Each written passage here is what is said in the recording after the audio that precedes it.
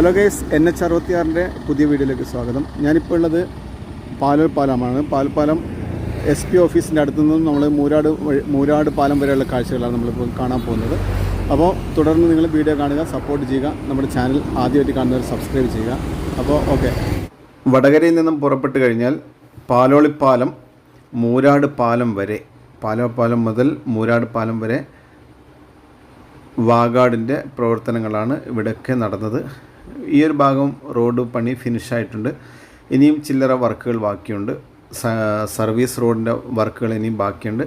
Main road ഏകദേശം പണി പൂർത്തിയായിരിക്കുകയാണ്.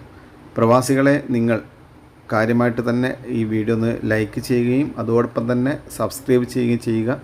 നമ്മുടെ പാലോളിപ്പാലവും വടകരയും ഭാഗത്തുള്ളവർക്ക് ഇതൊന്ന് കണ്ട് പരമാവധി ഒന്ന് ലൈക്ക് ചെയ്യുക. അതുപോലെ തന്നെ നിങ്ങളുടെ അഭിപ്രായങ്ങളൊക്കെ കമൻറ്റ് ചെയ്യുക.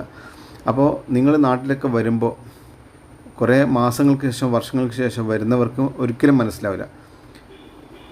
2-3 മാസത്തിന് ശേഷം വരുന്നവർക്ക് പിന്നെയും മനസ്സിലാകും.